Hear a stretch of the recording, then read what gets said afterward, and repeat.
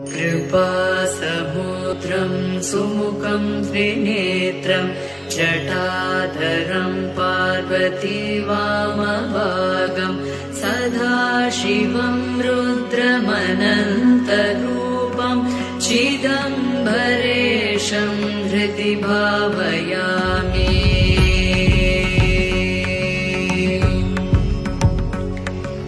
वाचामतीतं फणिभूषणाङ्गं गणेशतातं धनस्य मित्रं कन्दर्पनाशं कमलोत्पकाशं चिदम्बरेशं हृदि भावयामि।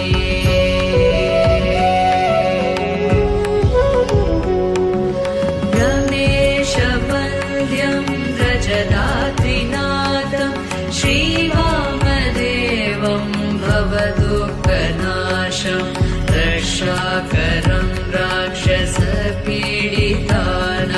चिदम्बरेशं हृदि भावयामि।